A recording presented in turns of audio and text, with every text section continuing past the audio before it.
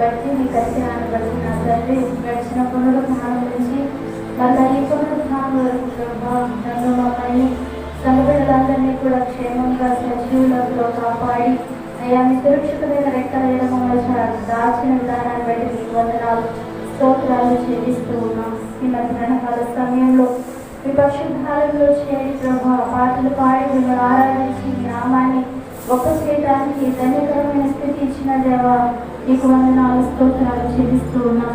అయ్యా సజీవులనయ్యా మమ్మల్ని స్తుతించదు కాబట్టి మమ్మల్ని సజీవుల లెక్కలో లెక్కించుకొని ప్రభా అయ్యా సజీవులమైన మిమ్మల్ని ఆరాధించేటువంటి కృప మీరు మాకు దయచేసినందుకు వందనాలు స్తోత్రాలు చెల్లిస్తూ ఉన్నాం. అయ్యా ఈ మందిరంలో ఒక దినము గడుపుతా 1000 దినాల కంటే శ్రేష్టమని సెలవిచ్చావయ్యా. అతి శ్రేష్టమైనటువంటి భాగ్యాన్ని పొందుకోవాలని మీ మందిరంలోకి వచ్చి నీ ఎదుట నిలవబడి ఆరాధన చేసి ప్రార్థిస్తున్న బిడ్డలని అందరినీ మీరు దృష్టించమని ప్రార్థిస్తూ ఉన్నాం. అయ్యా ఎవరు ఏ స్థితిలో ఉండి నీ ఎదుట నిలవబడ్డారో తండ్రి అయ్యా మేమైతే మనుషులముగా పై రూపాన్ని చూడగలము కానీ ప్రభా అయ్యా హృదయ అంతరంగంలో ఎరిగిన దేవుడు నీవయ్యా. మీ బిడ్డల యొక్క అంతరంగాన్ని మీరు చూసి ప్రభా వారిని ఓదార్చి ఆదరించమని ప్రార్థిస్తూ ఉన్నాం. బ్రతింప చేయు మాటలు ప్రభా అనుగ్రహించండి తండ్రి. మీకు వందనాలు తండ్రి. అయ్యా దేవుని నోటి నుండి వచ్చి ప్రతి మాట వలన మనుషులు జీవించడం సెలవిచ్చావు ప్రభా. మీ మాట చేతి మమ్మల్ని బలపరచమని ప్రార్థిస్తూ ఉన్నాం తండ్రి. మీ దాసులను నిలవబెట్టుకుని ప్రభా ఏడంతల ఆత్మతో అభిషేకించండి తండ్రి. మీ దాసులు బలహీనులే కానీ మీ ఆత్మ చేత బలపరచమని ప్రార్థిస్తూ ఉన్నాం తండ్రి. మధ్యాహ్నకాల సమయంలో నా జీవితాలకు ఆత్మీయ నా తండ్రి స్థితిగతులకు నా తండ్రి మేలుకరమైనటువంటి మాటలు ఆశీర్వాదకరమైనటువంటి మాటలు మాకు అనుగ్రహించమని ప్రార్థిస్తూ ఉన్నాం. వినగలిగిన చెవులను గ్రహించగల హృదయాన్ని మీరు మాకు దయచేయండి అయ్యా. ఇదిగో తెరవబడిన హృదయం తెరవబడిన హృదయంతో ఈ సన్నిధిలో కూర్చున్నప్పుడు ప్రభా ఆమెకు ఆమె ఇంటి వారికి నాయన గొప్ప రక్షణ ఇచ్చిన దేవుడు అయ్యా మీకు వందనాలు. నీ ఎదుట నాయన తెరవబడిన హృదయంతో నీ మందిరంలో కూర్చొని ఉండగా మీ వాక్కులు నా తండ్రి నామ హృదయాలు పడి ఫలించినట్లుగా మీ కృపదాయి చేసి జరుగుతున్న ఆరాధన అంతయు మీ నామానికి మహిమకరముగా దీవెనకరంగా జరిగించి మీ నామానికి మహిమ ఘనత ప్రభావం తెచ్చుకోమని యేసయ్య పరిశుద్ధ ఉన్నత నామంలో అడిగి వేడుకొని ప్రార్థిస్తూ ఉన్నాము తండ్రి. 144వ కీర్తన దాన్ని మనం ధ్యానం చేసుకున్నాము. దీని వాక్యాన్ని మనకు మీకు 144వ కీర్తన చివరి వచ్చినాన్ని చదవండి. ఇంటి స్థితి గలవారు ధన్యులు, యెహోవా తమకు దేవుడు గాగల జనులు ధన్యులు.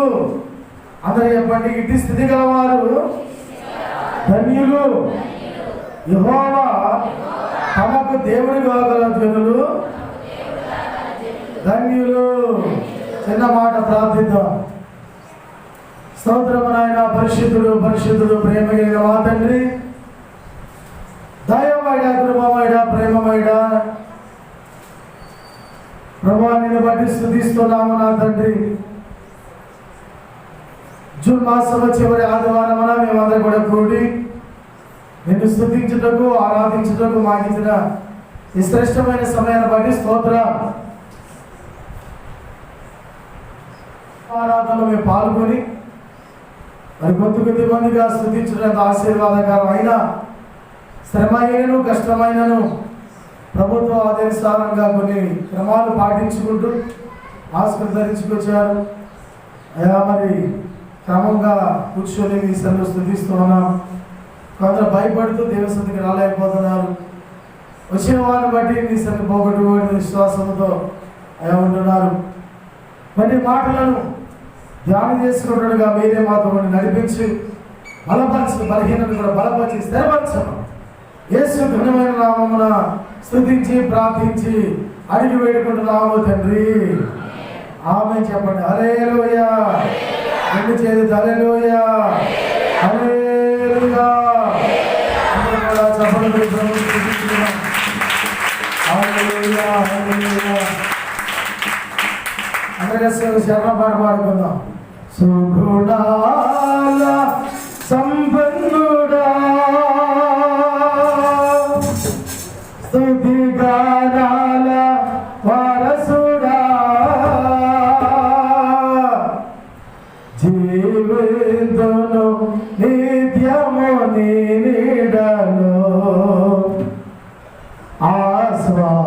ఫలించుముని మాటల మకరందము. హల్లెలూయా. సుగుణాల సంపన్నుడా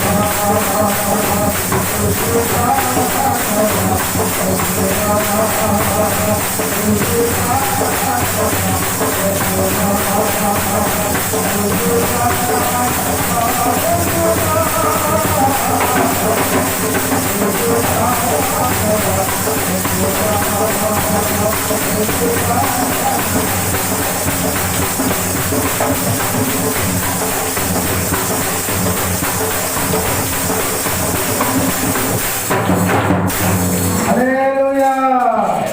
మనం 144వ కీర్తన 15వ వచనంలో ఉన్న ఒక భాగమును మనం చదువుకున్నాము.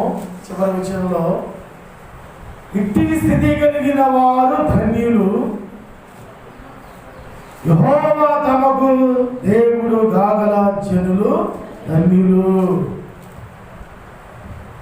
ఒకే వచనములో రెండు మాటలు. ఇట్టి స్థితి కలిగిన వారు ధన్యులు. రెండవది యెహోవా తమకు దేవుడి గాగల జనులు ధన్యులు. ధన్యులు అనగా ఆస్తిపాస్తులు కలిగిన వారు ధన్యులు అని మనం అనుకుంటాం. లేక వెండి బంగారములు కలిగిన వారు, అన్ని విషయంలో కూడా ఆర్థికంగా బలపడిన వారు, కరువు లేని వారు, ధనధాన్యులు కలిగిన పాడి పంటలు, ఫలము సమృద్ధి కలిగిన వారు ధన్యులు ధన్యులు అని మనం అనుకుంటాం.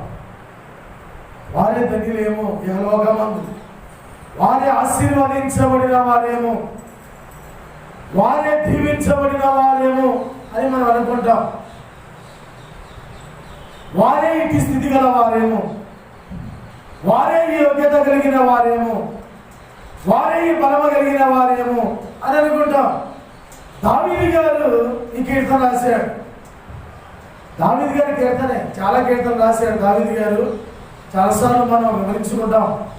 కొన్ని కృతజ్ఞత కీర్తనలు అని, కొన్ని యాత్రా కీర్తనలు, కొన్ని ఉపకార కీర్తనలు, కొన్ని ఆయన మీద శత్రువులు దాడి చేసినప్పుడు దేవుని స్తుతించి కూడా రాసిన కొన్ని కీర్తనలు. అలాగే ఇశ్రాయేలు అందరూ కూడా పండగకి వెళ్తున్నప్పుడు వారు యాత్రా కీర్తనలు పండగకి వెళ్ళేటప్పుడు రహదారులు గుండా పాడుకుంటా కుటుంబాలుగా దేవుని ఆరాధించడానికి పస్కా పండుగ, పన్నశాల పండుగ, అలాగే యెరూషలేములో ఉన్న పండుగలకు చుట్టుపక్కల ఉన్న గ్రామాల వారు వెళుతూ కుటుంబాలుగా వెళుతూ వారు పాడుకునే పాటలు, యాత్రా కీర్తనలు కూడా దావీదు గారు చక్కగా రచించాడు. ఆత్మీయంగా ఆయన మంచి గాయకుడు, మధుర గానం చేసిన మధుర గాయకుడు. దావీదు గారికి ఉన్న ఒక బిరుదు ఏంటంటే మధుర గాయకుడు. ఆయన పాడుతుంటే ఎంత బాగుందో. చాలామంది మనకు కూడా గాయకులు ఉంటా ఉంటారు. మధుర గాయకులు, సువార్త గాయకులు, నేపథ్య గాయకులు, అమర గాయకులు అని ఉంటా ఉంటారు. సుప్రసిద్ధ గాయకులు అంటే బాగా పేరు ప్రఖ్యాతులు గాంచిన గాయకులు. మధుర గాయకులు అంటే బాగా మంచిగా పాడుతుంటే, స్వీట్గా పాడుతుంటే పక్షులు ఆలకిస్తాయి అంటారు చూసారా, అటువంటి మధుర గాయకులు. అమర గాయకులు అంటే పాడిన తర్వాత ఆయన చనిపోయి ఆయన పాటలు వేసుకుంటూ ఉంటారు చూసారు, అమర గాయకులు అంటూ ఉంటారు. సువార్త గాయకులు అంటే యేసు ప్రభు పాటలే పాడేవాడిని సువార్త గాయకులు అంటారు. యేసు కూటాల్లో పాడుతూ ఉంటారు సువార్త గాయకులు అని మీటింగ్స్లో పిలిపించుకుంటా ఉంటారు సువార్త గాయకులు. సువార్త పాటలు పాడేవారు సువార్త గాయకులు. కనుక దేవుడు దావీదు గారు మధుర గాయకుడు. ఆయన పేరు ఉన్న బిరుదది మధుర గాయకుడు. అంతేకాదు సంగీత విద్వాంస సితార చక్కగా వాయించేవాడు, పాటలు పాడుకుంటా పాటలు రాసేవాడు, పాటలు పాడేవాడు, పాటలు రాగాలు పెట్టేవాడు.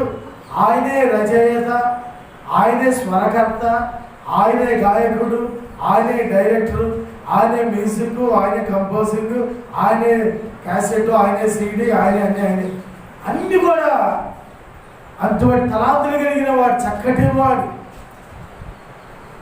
బాల్యంలోనే 17వ ఏట ఇటువంటి తలాంతులు ఉన్నాయి దావీదుకి. ఎర్రటి వాడు, చక్కటి నేత్రములు కలిగిన వాడు, చూచుటకు సుందరమైన వాడు. అతనిలో ఉన్న తలాంతులు కూడా మధురమైనవి. దేవుని కొరకు ఇచ్చిన తలాంతులను దేవుడికి వాడుకోవాలి. దేవుడిచ్చిన తలాంతులను మరి దేవుని కొరకు వినియోగించాలి. దావీదు అలాగే వినియోగించాడు, అలాగే దేవుని కొరకు వాడాడు. దేవుడు ఆయనని ఆ ఇష్టానుసారుడైన మనుషుడు, అతను ఆ ఉద్దేశం నెరవేర్చేవాడని దావీదు గారి గురించి చక్కగా రాశాడు. ఆయన రాసిన కీర్తన ఆయన అంటున్నాడు, ఇట్టి స్థితి గలవారు.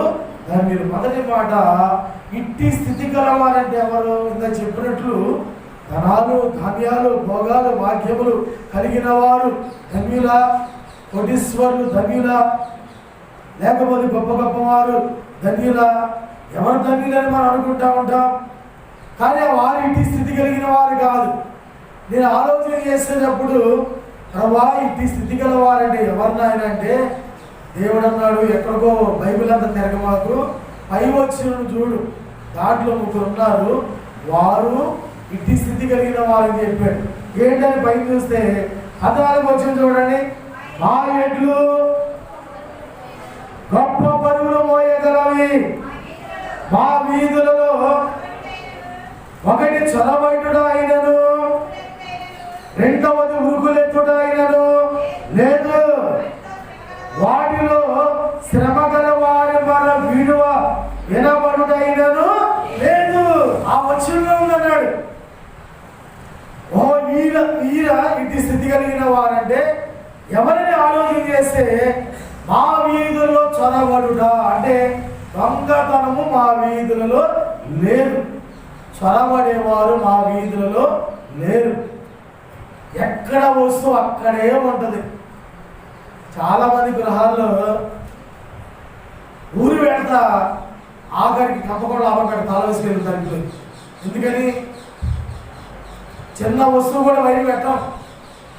ఊరు వెళ్ళిన 2 రోజుల వరకు రారు, 2 రోజులకి రారు కనుక, 2 రోజుల వరకు రారు కనుక ఏం చేసుకుంటా ఉంటారు చెప్పండి? ఇంట్లో బయట ఉన్న సామాన్యులు కూడా లోపల పెట్టేసి తాళం వేసేసి, ఎందుకు భయం, మనం వచ్చేసరికి బయట ఉన్న వస్తువులు ఎత్తుకెళ్ళిపోతారేమో మనకు భయం ఉంటుంది. కానీ ఇక్కడ చెప్పారు, మా వీధులలో చొరబడేది లేదు, అంటే దొంగతనాలు జరగవు. దొంగతనం జరగని వీధులు గ్రామాలు 6 ధన్యులు అన్నాడు దేవుడు. స్తోత్రం చెప్పండి హల్లెలూయా. దొంగతనం లేని వీధి, వస్తువులు పోకుండా కాపాడబడుతున్న వీధులు, ఎవరి వస్తువులు వారి ఇంట్లో ఉండే వీధులు అనమాట. అన్నాడు కదా, మా వీధులలో, అంటే వీధి అంటే మన బజార్లు, మన గ్రామంలో, లేక మన ప్రాంతంలో మనం ఉండే నివసించే, అది వీధి అయినా బజార్ అయినా గ్రామం అయినా ఏది అయినా, ఆ వీధిలో ఏమీ లేదంటే చొరబాటుతనం లేదు, చొరబాటుతనం లేదు, దొంగతనం లేదు. మొట్టమొదట దొంగతనం లేని వీధులు అంటాయి, చొరబాటు లేదు. వీధుల్లో అందరూ కూడా ధైర్యంగా ఉంటారు. అప్పుడు ఎందుకు ధైర్యంగా ఉంటారు? వస్తువులు బావు. ఈ మధ్యలో గత ఏప్రిల్ నెల మే నెలలో పోలీసు వారు ఒక ఆజ్ఞ జారీ చేశారు. మీ అందరూ మరి ఫోన్లో కానీ టీవీలో కూడా చూసే ఉంటారు. ఏమని రాశారంటే, దయచేసి ఎవరైనా మీరు వేరే ఊర్లకు వెళితే తాళలేసి వెళ్ళిపోమాకండి, తాళాలు వేయండి. మీరు వెళ్ళి 2 రోజుల వరకు రానని కానీ తెలిస్తే మీరు వెళ్తా పోలీస్ స్టేషన్లో కంప్లైంట్ ఇచ్చి వెళ్ళండి. అయ్యా మేము 2 రోజుల వరకు మేము రాము, మా ఇల్లుని భద్రంగా కాపాడండి అని చెప్పి పోలీస్ స్టేషన్లో కంప్లైంట్ ఇచ్చి వెళ్ళండి. మేము మీరు వచ్చే వరకు కూడా ఆ ఇంటిని ఏం చేస్తాం చెప్పండి, అక్కడ సీసీ కెమెరా పెడతాము ఇంటికాడ. ఎక్కడ పెడతారు? పోలీసు వారు చెప్పిన ఆజ్ఞ ఇది. చదివిన ఇద్దరు గోమాడి పేరు. బయటికి వెళ్ళినప్పుడు గోల్డ్ చైన్లు కానీ, బయటికి వెళ్ళినప్పుడు విలువైన వస్తువులు కానీ వేసుకెళ్ళమాకండి. ఎందుకంటే ఈ లాక్డౌన్లో ఉద్యోగాలు లేవు, ఈ లాక్డౌన్లో పని పాటలు లేవు, ఎవరికి పనులు లేవు. అందుకని ఆడవాళ్ళు వెళ్తూ వెళ్ళాక పురుషులకు వెళ్ళిపోతారు, నష్టపోతారు. అందుకని ఇటువంటి పరిస్థితులు రాబోతున్నాయి కనుక అని పోలీసు వారు హెచ్చరిక చేశారు. ఏమనంటే, జాగ్రత్తగా ఉండండి. ఒకవేళ ఇల్లులో దొంగతనం జరగకుండా ఉండాలంటే మీ బజార్లో ఈ ఇల్లు తాళలేసి వెళ్ళిపోమాకండి. పెద్ద పెద్ద తాళలేసి వెళ్ళిపోయాం, ఎవరు వస్తారు, ఆ ఇల్లు పెద్ద తలుపు అనుకోమాకండి. దొంగతనం చేసేవాడికి పెద్ద తలుపు అయినా పెద్ద తాళం ఆగదు కనుక మాకు కంప్లైంట్ చేయండి. అప్పుడు పోలీసులు వారంట పలానా ఇంట్లో వారు 2 రోజుల వరకు రారంట అని ఆ ఇంటి దగ్గర అంటే చుట్టూ 2-3 సీసీ కెమెరాలు ఫిట్ చేసి వెళ్ళిపోతారంట. ఈ లోపల ఈ 2 రోజుల్లో ఎవరైనా దొంగతనం చేరనుకోండి, దేంట్లో బుక్ అయిపోతారమ్మా, పట్టించేస్తుంది కెమెరా. దేవుని స్తోత్రం. ఈ దొంగతనాలు కానీ ఎన్ని కూడా ఏది పట్టేస్తుంది అనుకున్నారు? అన్ని కూడా కెమెరాలు, సీసీ కెమెరాలు పెట్టేస్తున్నారు. వాటి ద్వారా అందరూ దొరికిపోతున్నారు. మరలా వచ్చిన తర్వాత మాకు చెప్తే కెమెరాలు తీసుకెళ్ళిపోతాం. అట్లా ఈ ఇల్లు, ఈ బంగారం, ఇంట్లో వస్తువులు అన్నీ కూడా ఏమవుతాయి అంట, భద్రంగా కాపాడబడతాయి. స్తోత్రం కలుగును గాక. చెప్పడం హల్లెలూయా. అలా ఎందుకు చెప్పారు వారు? ఒకవేళ ఎవరైనా ఇంటిలో లేకపోతే దొంగతనం జరిగే కాలం, నిద్రపోతున్న వారి ఇల్లు అర్ధరాత్రి పూట దొంగతనం జరుగుతూ ఉన్నాయి, వస్తువులు ఎత్తుకెళ్ళిపోతా ఉన్నారు. ఇవన్నీ కూడా మరి జరుగుతున్నాయి. కానీ ఈ వీధులలో, ఏ వీధులలో? దేవుని బిడ్డల వీధుల్లో, దేవుని సంఘ వీధులలో చొరబాటు లేదు.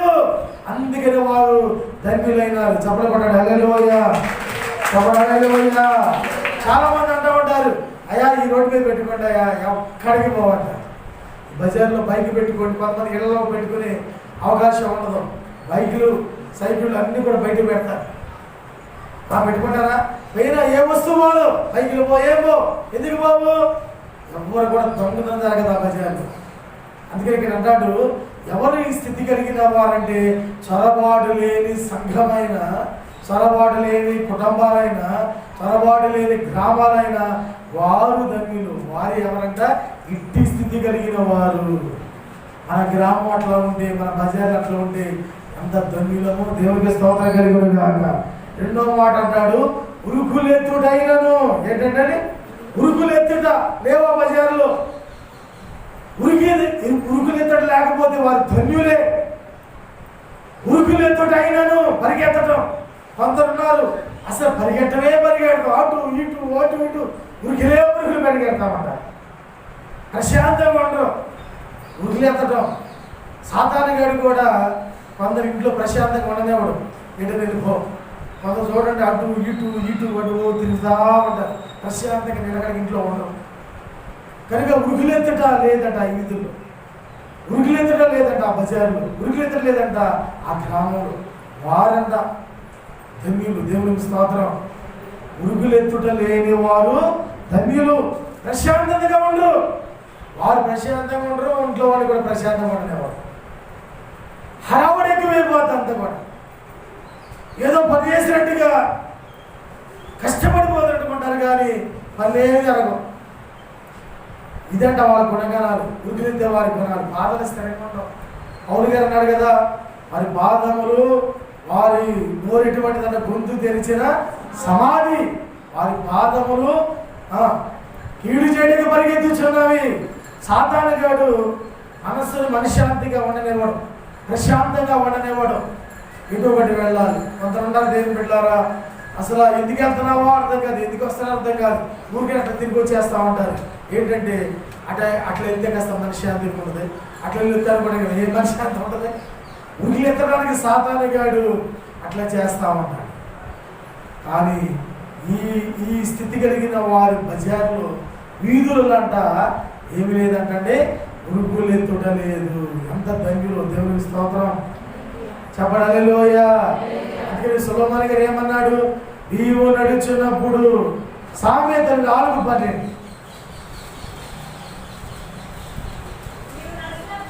నీవు నడుచున్నప్పుడు నీ అడుగు ఇరుగునబడదు, నీవు పరిగెత్తినప్పుడు నీ పాదము తొట్టిల్లదు. అమ్మా ఉపదేశమును విడిచిపెట్టగా దానిని గట్టిగా పట్టుకొనుము. దేవుని స్తోత్రం చెప్పండి హల్లెలూయా. హల్లెలూయా చెప్పండి హల్లెలూయా. హృదయమన్నెడు తలుపునోద యేసు నామమును, హృదయమన్నెడు తలుపునోద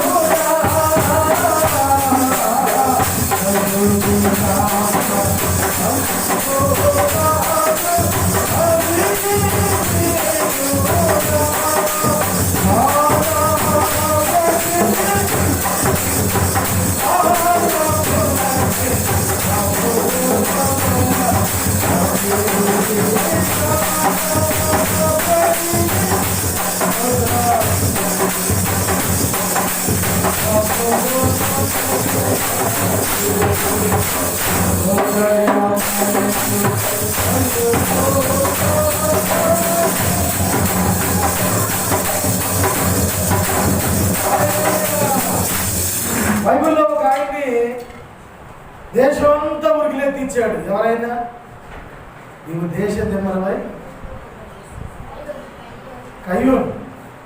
కయ్యూనికి స్థిరంగా మన అడగా అసలు ఎటు తిరిగి వచ్చేవాడు, ఎటు వెళ్ళేవాడు, ఎటు వచ్చేవాడు. ఉరికిలెత్తడం ఆయన పని. ఆయనకి మనశ్శాంతి లేదు, ప్రశాంతత లేదు, నెమ్మది లేదు. కయ్యూనికి ఎందుకు నెమ్మది లేదు? తన తమ్ముడైన హేబేలును శిక్షగా, తమ్ముడిని చంపిన శిక్షగా దేవుడు ఒక శాపం పెట్టాడు. కయ్యూను, నీ తమ్ముడైన హేబేలు ఎక్కడా? దేవుడికి ఎంత ఘనంగా సమాధి చెప్పండి. నన్ను కాపలవాడిగా పెట్టావా అన్నాడు దేవుడికి. ఊరు బాబు ఏంటి కయ్యూనంత పాపం వచ్చింది? సక్రియ చేసుకుంటే తలనెత్తుకుంటావు కదా, పాపం నీ వాకిట వచ్చి ఉంది కదా, ఇంకా నీకు పశ్చాత్తాపం లేదా? అయ్యా తెలుసో తెలియక చంపేశానయ్యా అని అట్లా నీకు ఆపలవాడినా అని అంటావా? నీకు ఇంకా ఇంత గర్వంగా సమాధి చెప్తున్నావు, లాభం లేదు. అపవాది నీలో బాగా దూరిపోయాడు, నీకు విధేయత పశ్చాత్తాపం లేదు.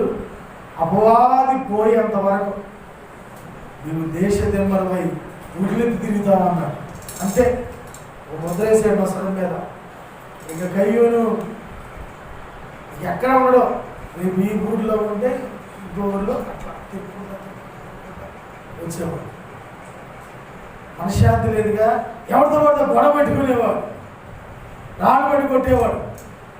కయ్యూలాగా ముందు ఒకటి తగిలేడు. ఆయన పేరేంటి? కయ్యూను చంపింది, కయ్యూను చంపిన వ్యక్తి ఎవరు? లెమెకు. లెమెకుకి కయ్యూనికి గొడవ అయింది ఒకసారి. లెమెకు కోపం వచ్చి కయ్యూను చంపబోతున్నాడు. అప్పుడు కయ్యూను అన్నాడు, ఒరే లెమెకు, నన్ను చంపవద్దు, నేను శపించబడిన కయ్యూన్ని, నన్ను చంపితే నీకు ఎన్నంతలు వస్తుంది? 700 శిక్ష. శిక్ష కావాలా? చంపుతామా అన్నాడట కయ్యూను. శిక్ష లేదు గిక్ష లేదని చెప్పి ఎత్తి చంపి పడేశాడు. కయ్యూను తెచ్చాడు. లెమెకు అనేవాడు చంపేశాడు. ఇక లెమెకు పిచ్చెక్కిపోయింది. ఎవరు చంపిన తర్వాత ఇక కయ్యూను తిరిగింది కొద్దిగా. అయితే లెమెకు అనేవాడు ఇంకా తిరుగుతున్నాడు, పిచ్చి తిరుగుతూ ఉండగా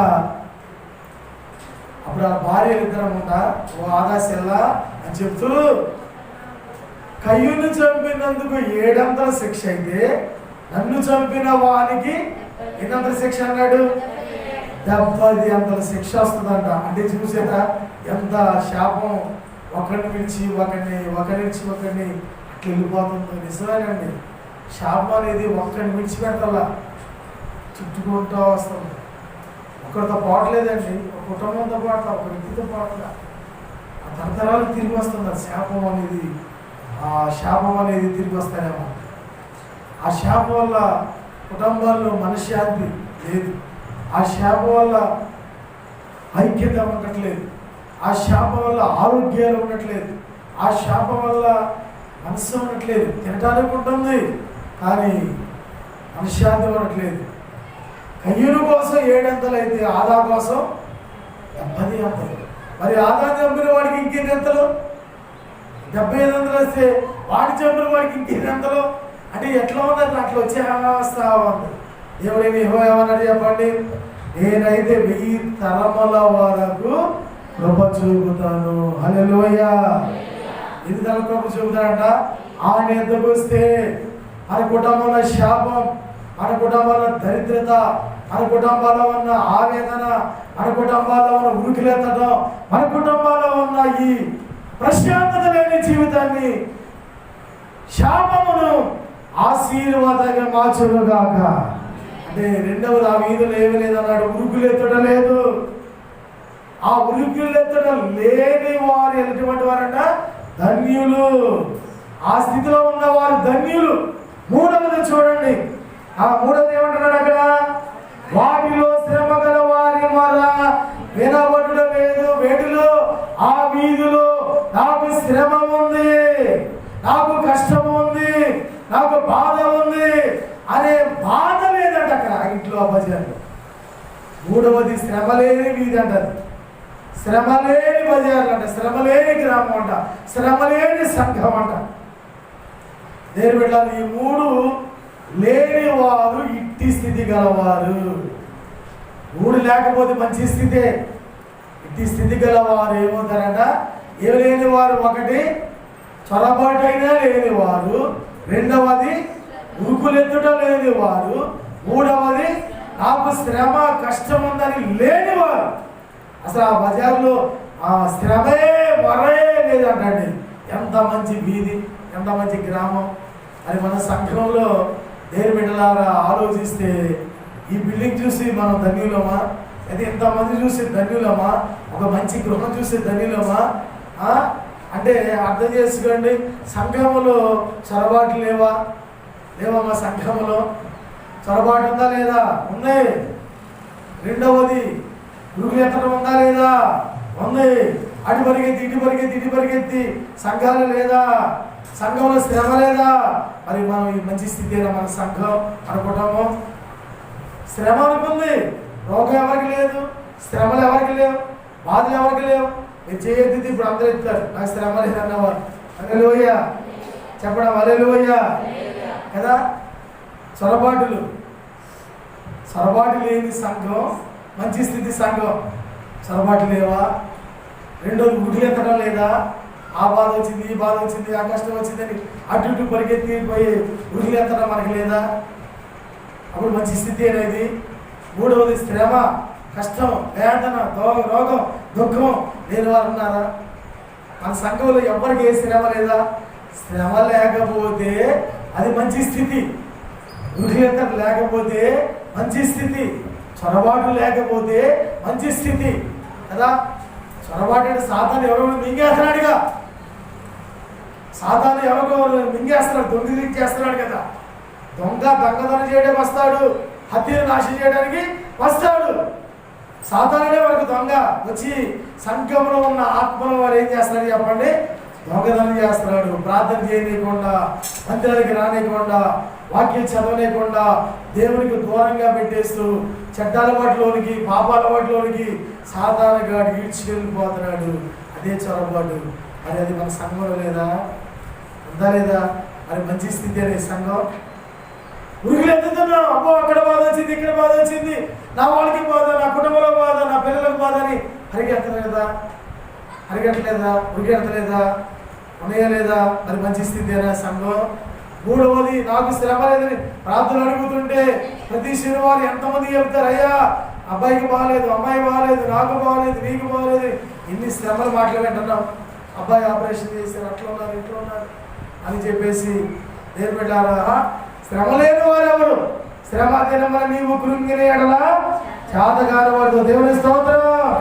శ్రమ లేని ఫలితంబు నీకియగా వలదంచు విడిపోదువా. శ్రమ లేని ఫలితంబు నీకియగా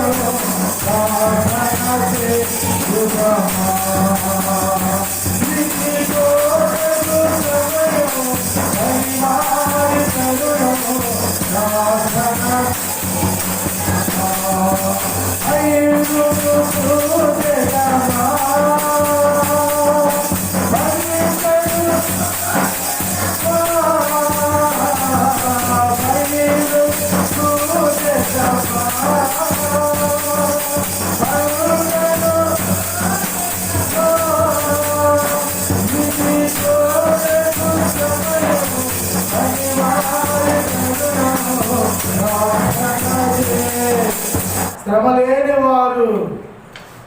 శ్రమ దినమున నువ్వు కృంగిన ఎడల నీవేమైపోతావు? శ్రమ దినమున ధైర్యంగా ఉండాలి. ఎన్ని కష్టాలు వస్తాయండి.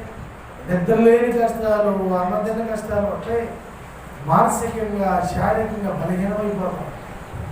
బాగా ఆలోచించినప్పుడు అంట బీపీ వస్తుందంట, షుగర్ కూడా వచ్చేదంట. డాక్టర్ షుగర్లు బీపీలు ఎందుకు వస్తాయని అడిగే డాక్టర్. అంటే ఏదైనా ఒక సమస్య గురించి ఆలోచించి అదే నిద్ర పట్టకుండా, మీరు పడుకోకుండా, తినకుండా, టైంకి తినకుండా బీపీ వచ్చేద్దండి. షుగర్ కూడా టెన్షన్ వల్ల కూడా వచ్చేద్దండి. టెన్షన్ వల్ల అంటే షుగర్ అటాక్ అయింది శరీరానికి. కనుక దేని ఉంటారా? శ్రమలో ఆలోచించుకునే మనం ఉండలేము. శ్రమలో మనమేమో అక్కడి నెట్టేలేము. ఎట్లా కదా, ఇప్పుడు దేవుని అడగ దేవుడు తీసేస్తాం. కానీ ఆ బజార్లో ఏమి లేదంట, నాకు శ్రమ ఉందని మొరపెట్టిన వారు లేరంటండి. అందుకని వారు ఏమయ్యారు? ధన్యులు. ఈ 3 మాటలు మీకు అర్థమయ్యా?